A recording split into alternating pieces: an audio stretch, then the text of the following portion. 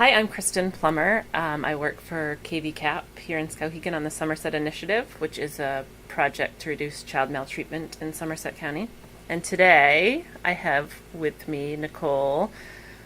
Nicole, would you like to introduce yourself? Sure. My name's Nicole Chaplin. I also work for KVCAP. I'm an early childhood manager and I oversee the Early Head Start program here in Skowhegan. When you say Early Head Start, what is Early Head Start in Somerset County? What is our program in Somerset County? Early Head Start is a federally funded program that is located here in Skowhegan on Academy Circle. We're actually located on public school campus, next in between Bloomfield Elementary, the high school, and the Career and Technical Center.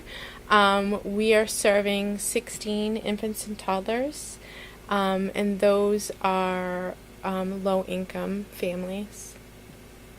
So, can you tell me what's special about that building? How is it set up inside?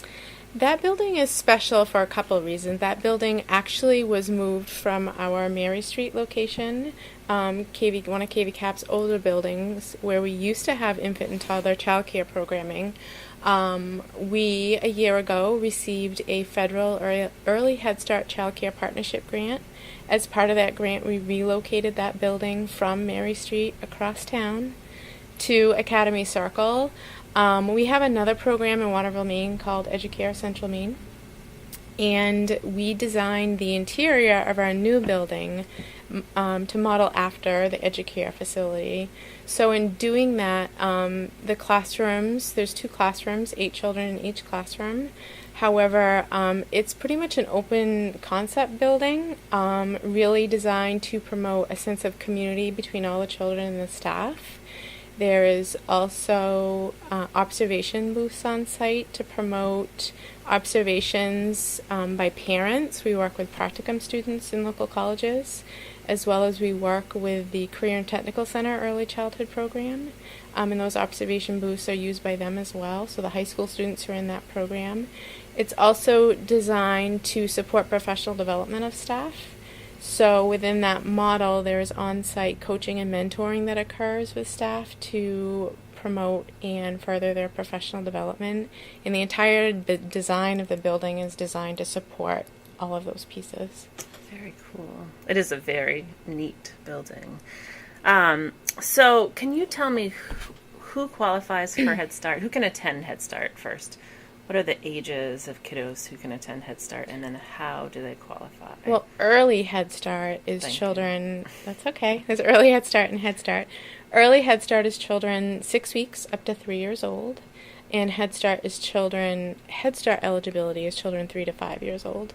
In order for somebody to qualify for the Infant Toddler Early Head Start program, they do need to be income eligible, and there are guidelines that are put out in accordance to like federal poverty guidelines that we follow. So they need to meet that requirement, as well as parents are required to be working or going to school.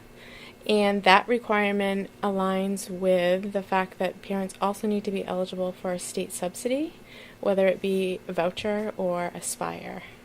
So it's a dual eligibility piece. We also incorporate what we call risk factors into that eligibility. We do an intake with parents and talk with them about what's going on in their lives, what's going on for their children, and through that conversation, points are given to children based on what they may have happening in their life, and then we enroll based on that criteria. And what are some of the risk factors you're looking for? That we're looking for. Some of the risk factors that give higher points would be homelessness, DHS involvement, a child with an IFSP, so a child with a disability that might be working with CDS. Other high risk factors, there's other things we talk about like food insecurity. Do families have a hard time paying their bills? Are there other things that are challenging for them? Do they have other barriers?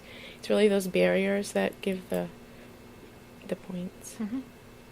So if a child enrolls at 6 weeks, do they have to continue to qualify, or can they stay through their 3rd year? The Or- program is designed to try to keep families eligible from the time they enroll until they are 3 years old. As a part of this program, we are working to show through child outcomes and evaluations that children that have consistent care, really from 6 weeks all the way up until they go to school, do better when they enter school. So within this model, families, based on situations and circumstances, we do have money to support families that may lose their state subsidy to hold their slot and to continue for the child to attend there while the family is working towards reattaining the voucher or the Spire. Perfect. And when one of the qualifications is working, is that working full-time or going to school full-time to qualify for? The state has varying levels of eligibility. Based on work hours and school hours, you can qualify for a part-time, full-time, or quarter-time voucher. And really that is based on the number of hours you work.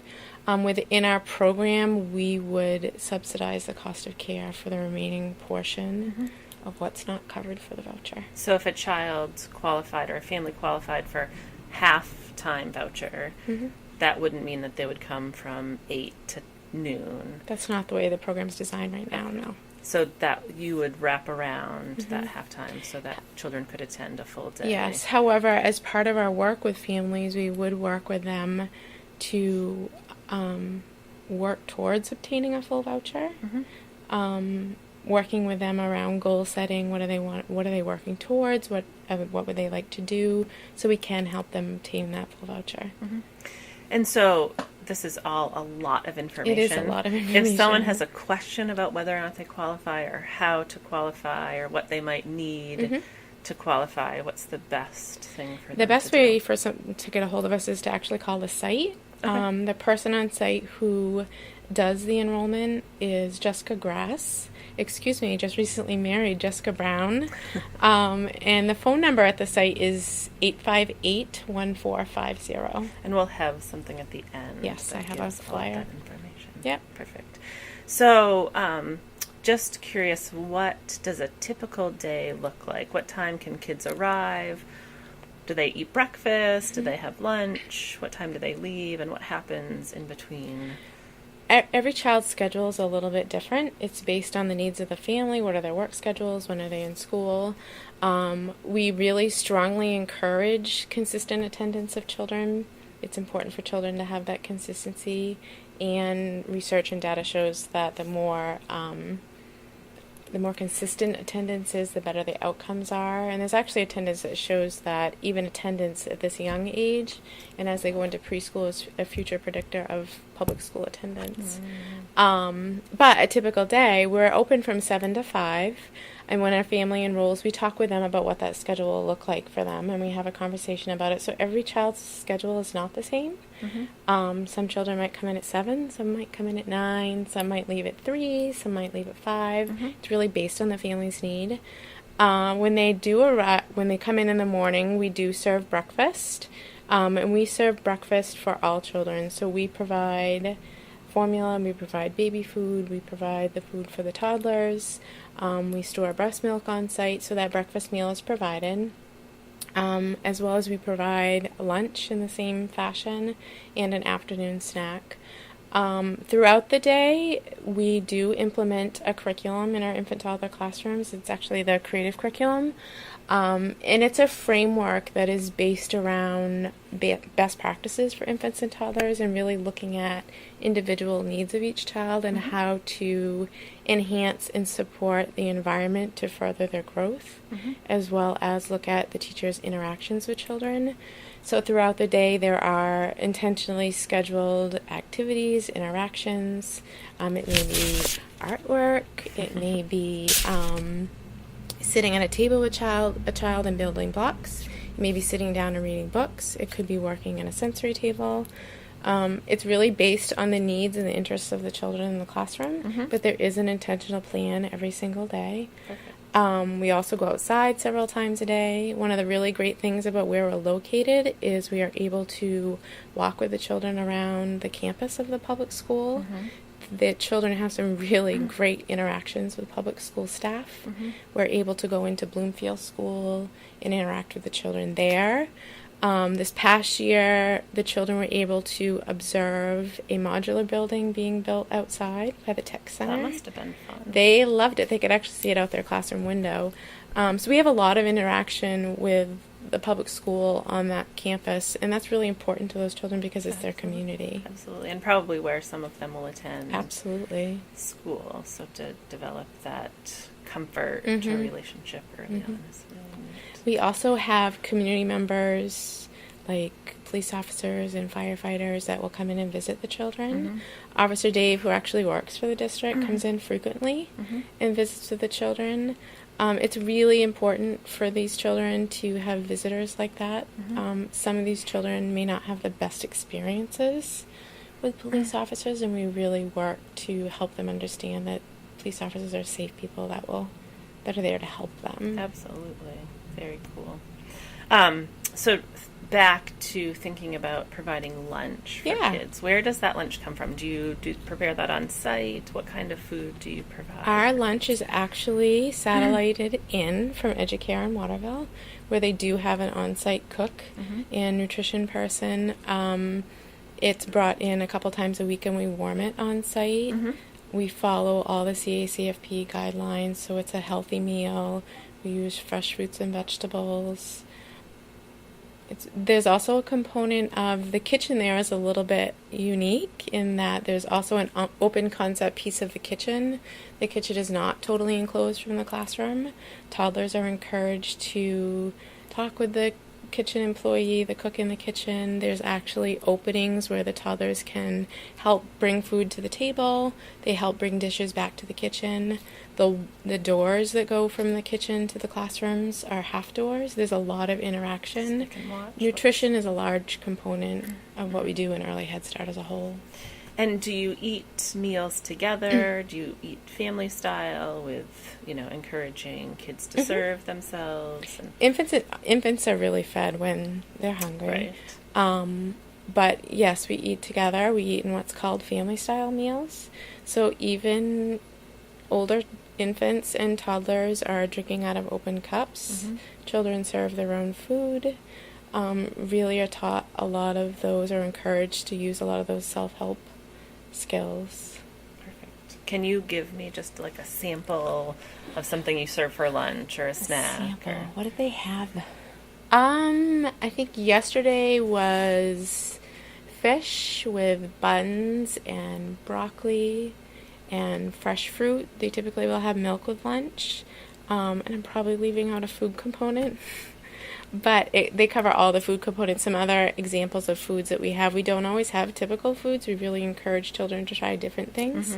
Children try things like hummus. We have 3-bean salad.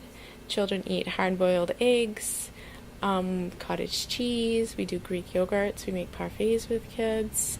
Really, really encourage children to try a wide variety of different kinds of foods. One of the great things about family-style eating is that children, when they're eating with their peers, staff actually eat with children as well to do role modeling and talking with them.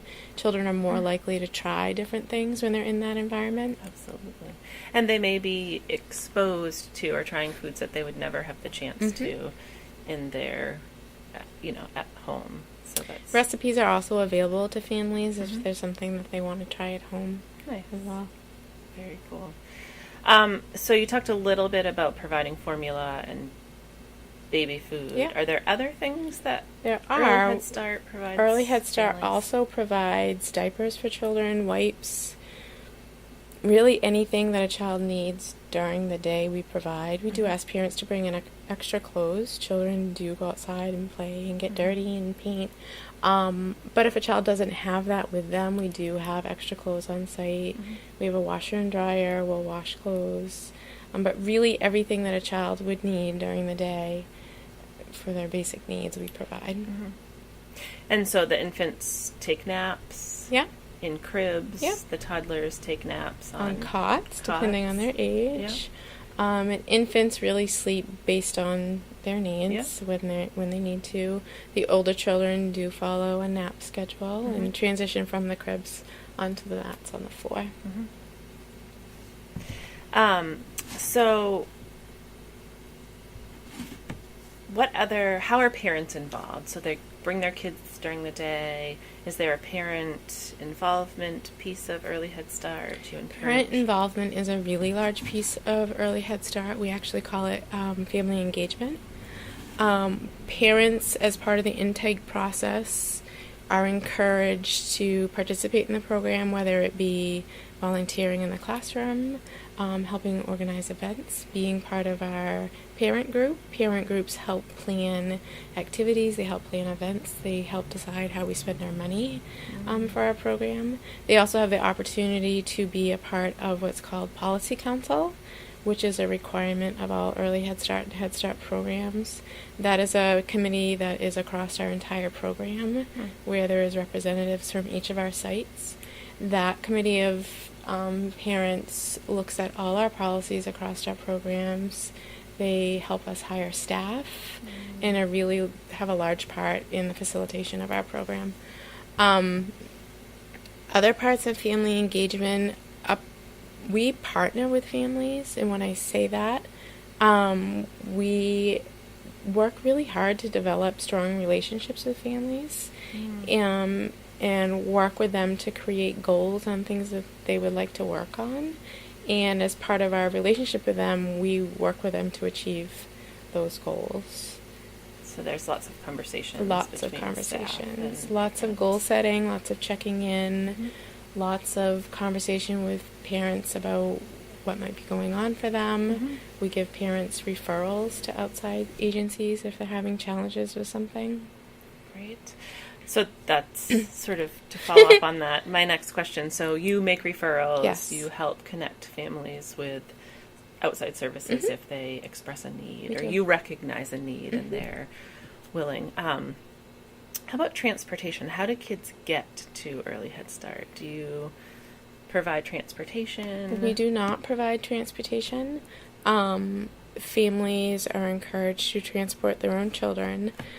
We do have access to some transportation supports in that if financially it's a struggle for a parent, we do have some dollars to support that. If they can have a neighbor bring them, we can help pay for that support, as well as we encourage families to work with KV CAP transportation.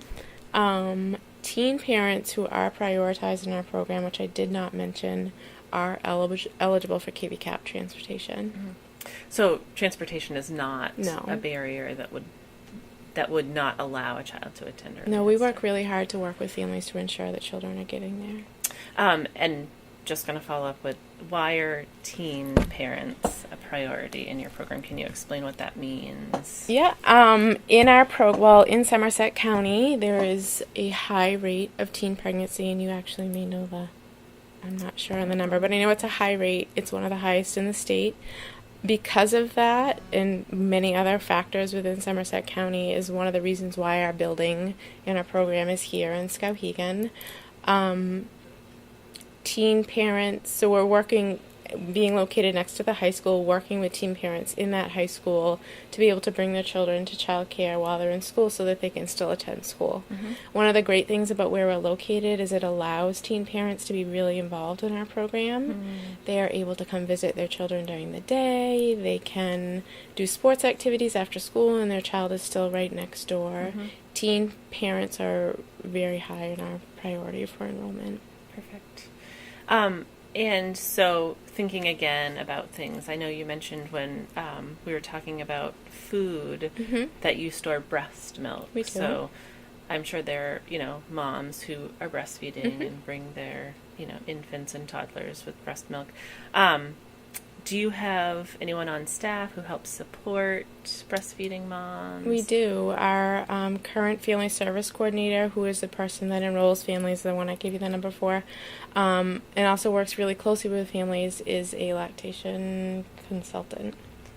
Great. So she can, if a mom is struggling or if a mom has questions, Yes. she can help facilitate that. How about any other certifications? Do you help people with safety checks of car seats or? The same employee is also certified in car seat safety checks. She can check car seats in cars, which she's done several times. She can help install them, as well as for families that may be struggling in our program, we can help them get car seats for the children. Perfect. And we talked a little bit about taking the kids out into the, walks around the campus. Mm-hmm. Do you have a playground on site? Are there... We're working to get a playground. It's actually being installed tomorrow. Woo-hoo. Yes, there will be a playground behind the building. And what kind of things are on the playground? What's going to be there for kiddos? There are toddler swings. There will be a large structure for the toddlers with slides, items that really encourage gross motor movement, so climbing, big stairs, steering wheels, just on a smaller scale than what you typically would see. There's also a lot of open grassy space in our playground, really to encourage children to run and play, and for teachers to facilitate some of that play. We use tricycles with children that they'll be able to use on the playground. The older infants use push toys. In the summer, we use sprinklers. Mm-hmm. It's really designed to promote that gross motor development as well as the social development. And you go all year round, so the winter We do go out all year round. Not too cold. We do have to follow. There's extreme warm and extreme cold. We can't go out. But children do go outside every single day, even in the winter. Perfect. So they're getting fresh air. So thinking about, you involve parents. Parents are very present in their kiddos' experience at Early Head Start. Sometimes, people don't know what's typical development for a child. Yeah. So do you provide guidelines for people? Do you provide, sort of what to do at a particular stage in a child's development? That is embedded in everything that we do, every conversation we have with parents. And we also provide resources around what to expect in a typical stage of development. The approach we use with families is touch points. It is a way to work with families, but it's also a way to help families understand child development and where their child is at and what is typically happening for a child during that time. So we use that.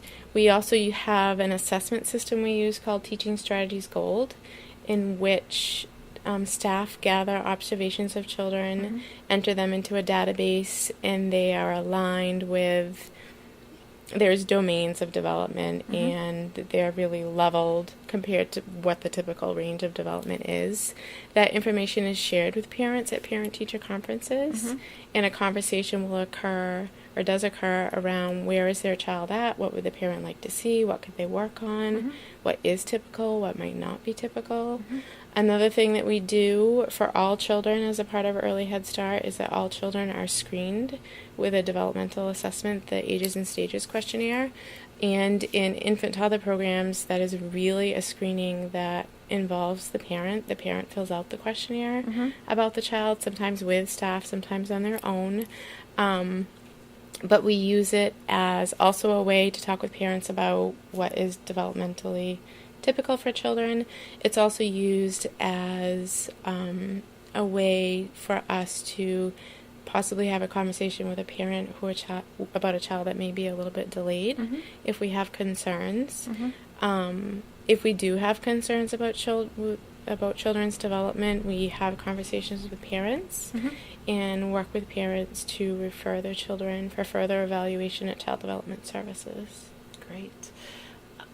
So how often does the ASQ happen? How often are you evaluating kiddos? So for infants and toddlers, it's very, very frequently. There is no exact frequency for it changes as the children get older. It's very, very frequent when they're young, every month or so. When they get older, it gets a little bit less.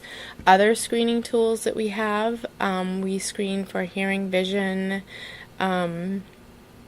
It's different for infants, but we also we collect doctor's reports, so we look at lead levels, we might look at hemoglobin, so any of those areas that are of concern, we would talk with parents about and work with them to get some support around that for their children.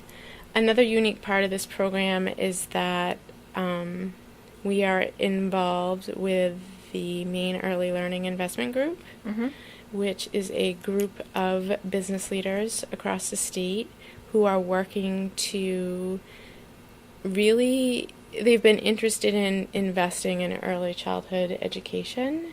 As a workforce in the state of Maine, there's a lot of people aging out, and there are not a lot of qualified people to replace them. Through research, they've found that investing in early childhood and helping these children at a very young age be able to get the services and the interventions they need so that they can be successful in school, helps them be successful later in life, helps them go to college. So as a part of our partnership with BLIG, they are working with us to work with an evaluator who is coming in and doing additional assessments with children and families, and that information is used within the community on a state level to show what quality early childhood programming can do for children and to advocate for funding for more programs like this. Well, it's obvious talking to you that how wraparound and comprehensive the early Head Start program is, and it, you know, having that relationship first of all, and then having another place and more people who are interacting with your kids and doing assessments and having conversations about if something isn't happening that's within that typical range, what can parents do early to get their kiddos much support as they can. So that's fantastic. So you talked a little bit about other partnerships with community agencies that the school resource officer comes to visit, that the early childhood program at the Somerset Career and Technical Center come, and they placed some of their students in there who get like on the job experience of working with kiddos. Can you think of any other? We also have a close collaboration with the adult ed program that's also located on that campus. One of the challenges for families who want to access adult ed to, say, obtain their GED is that the majority of the classes typically happen at night, and typically there is no childcare available at night for them to go to those classes. And the other challenge is that typically if a parent wants to go to a GED program and be eligible for our program for their child to attend childcare, the hours of a GED program does not make them eligible to receive a state subsidy. We have been able to work really closely with the adult ed director, Bill Laney, and he has worked with us to modify his program so that parents can go and do things towards their GED, whether it's on the computer or in the community or at the career center, so that they can get a child care voucher, so that they are eligible to come to our program. It has been really successful. We have had one parent who has completed her GED in less than a year through the collaboration with Bill. Something we're pretty excited about. Absolutely. She must be pretty excited. She about it, is. She's actually getting ready to go to nursing school now. So, wow. Yeah. It's That's been really great. Cool. I was going to ask you about a success story, and maybe that's one. You'll have to hold on to that for the end. So I know you mentioned one of the priorities, or one of the sort of criteria that gives parents more points to then become enrolled, is HHS involvement, so involvement with the Department of Health and Human Services. Do you help facilitate parent reunification or visits? Do you have a role in... We can. We are not a supervised visiting site, according to DHS, and that's not something that our program takes on the responsibility to do. However, we do work very closely with case managers and parents and foster parents, aligning with the DHS goals and what the plan is. We have been able to work with DHS and a couple parents to have parents come to the center during the day when their children are there. And these are children that are not currently in their parents' custody. They may be in foster care or DHS custody. The parents are able to come into the classroom, spend time with their children, and also learn about child development, about engaging with their children. Teachers are able to role model techniques and practices. They're able to have conversations with parents about what didn't work, what might have worked better, why are we doing this, to help them understand the whole process. And in both situations, that's been really successful. Perfect.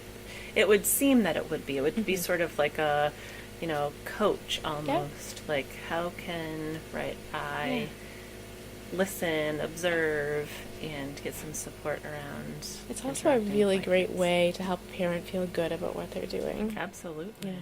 Absolutely. Some ownership of it. So just a couple more questions. First, I want to make sure that, everyone knows how to enroll before we end today. And then some success stories, but can you just tell me a little bit about what is here? Sure. This is the Ages and Stages questionnaire. This is an example of one. This is the screening that we use with children. And in this, there are forms based on the children's age that we complete with parents to assess development. This is one of the books that we use for our creative curriculum that we use in the classroom that I mentioned. In the front, there's a Touchpoints book, which is the approach we use in working with families. And then on this side of the table, there's an array of toys that you might see in one of our classrooms. Lots of hands-on materials, lots of things to shake, lots of things to build, put together, as well as we have all kinds of books. Books are everywhere in our classrooms. Fantastic. Literacy is a really big focus. Do you have certain times during the day where you provide stories for kids? Or is It really depends on the age of the children. Story time for infants isn't really usually can very sometimes successful. be a little chaotic. Typically, it doesn't mean if there's older toddlers in a classroom that we wouldn't have a story time. Or what you might more typically see is an impromptu story time. Really based on what the children want to do. So if a child's bringing you a book, children are always read to. Children are read a lot to at nap time. Or if they're coming in, children use books a lot to soothe themselves. So they might take a book from the shelf and go sit in the rocking chair. Or they might bring it to a staff member and ask them to read to them. And all of those times are honored as an opportunity to read to children. And what is the staff? So there's 16 children. I didn't explain the staff. So tell me about the staff and the ratio of staff Sure. to child. As I mentioned, there's 8 children in each classroom. One thing that's a little different about our program is that we do not separate infants and toddlers between two classes. They're not separated. So there could They're be mixed. a 6-week-old. There could be a 6-week-old in with a 2-year-old and with a 1-year-old.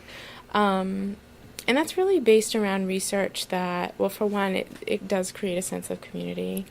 More, it's not a family, but just more of that community approach, as well as older children help take care of the babies. They might go over and rub their backs. It really teaches them how to be caring of babies, as well as for the younger children, the older children become role models and help teach them a lot of things in the classroom.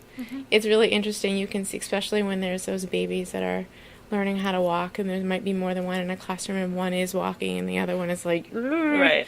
Trying to keep up. Yeah, they learn a lot from each other. Absolutely. So the staffing design is 2 teachers in each classroom, an assistant teacher, as well as a floating aide that supports both classrooms, as well as the on-site family service coordinator that I've mentioned a couple times. Within the model of the classroom, one of the teachers holds a bachelor's level degree, the other one may not. Within that model, the intent is for the bachelor level teacher to mentor and work with the associate teacher to develop her skills, to further her professional development, in the hope that they both will eventually attain that higher level of education. Within the whole building, there's a large component of professional development, so there's on-site coaching, there's an on-site supervisor that works with staff individually and as a whole team. Nice. So lots of good stuff going on there. Lots of support. Yes. So maybe just a success story, and then some information about how, if parents are interested or have questions about the program or want to enroll, how does that happen? Success story. We've had quite a few success stories. I mentioned one earlier about a parent who obtained her GED and is now going on to college, which we're really excited about. Another success story has been supporting the reunification of a child and a parent in our program, and the child has been able to stay in our program, and we're able to continue to support that parent. That doesn't always happen with children, and we're excited to see and help them grow together. Mm-hmm. Another success a couple of successes. Several of the children that have been enrolled in our program have been enrolled as homeless children or families living in a shelter. Mm-hmm. We have been able to help and support those families, along with some support of some outside case managers maybe, Mm-hmm. but to obtain housing and obtain housing vouchers and have that stability. Very neat. So that they can have a place Yeah. that is consistent. And I think in all of those examples, what we really strive to do is assure that the child has a slot in our program. Mm-hmm. Mm-hmm. The child has a place where they can go and the parents can work on Whatever it is whatever that- they're right, needing which to is work on. They don't have to worry about their child losing that slot. Right. And to apply for the program, all you would need to do is call the site. Mm-hmm. I know we're going to show this flyer later. Ask for Jessica Brown, or really you could talk to any employee that answers the phone. And the phone number is 858-1450. I do want to also mention, I know I said there's two things you need to be eligible for. If a parent does not yet have a voucher or Aspire, we will work with them to obtain that as part of our intake and application process. Great. So if you don't have that, don't feel like you can't call, because we'll support you to do that. And sometimes applications can be a little overwhelming. They can. And I know you showed it to me briefly, and it looks like it's a couple pages. So are there staff that can help with that We process? will set up time. We can do really whatever works for the parent. Mm-hmm. We will send parents applications. Parents can come pick them up. They can meet with staff and we can fill them out together. Mm-hmm. Staff can also bring applications to families in their home. Mm-hmm. They can bring them to their job. They can bring them to them in the community and support them in filling them out. It's really what works best for the parent. We will work to support that. Great. Perfect. Do you ever have open houses? Is there ever a time where people in the community can come? We and did see have an the- open house when we first opened. It was last October. We're doing a smaller open house community event the end of August because our new playground will be in, and we're pretty excited about it. Absolutely. But community-wide open houses, we haven't done one since we opened, but maybe that would be a great idea to do. And if you're interested, and if you have a child who's an appropriate age, you can call, and Absolutely. then that might give someone the opportunity to visit and see the site. And if we do have, people are welcome to come to the center and ask for applications. Just noting that the building is locked and you do have to knock on the door, but people are welcome to come Perfect. and learn more. Great. Anything else you want to share with us before we're done? I think Any- just more, we are all the staff and KVCAP Child and Family Services, and in working with this community, are really excited to have the opportunity to have this program here, and are really honored to have the opportunity to show at a state, community, and political level what quality early childhood programming can do for children and families, and how important it is to have programs like this. Absolutely. Well, thank you. Thank you Thank for you. what you do for the community Very and much. the families you serve.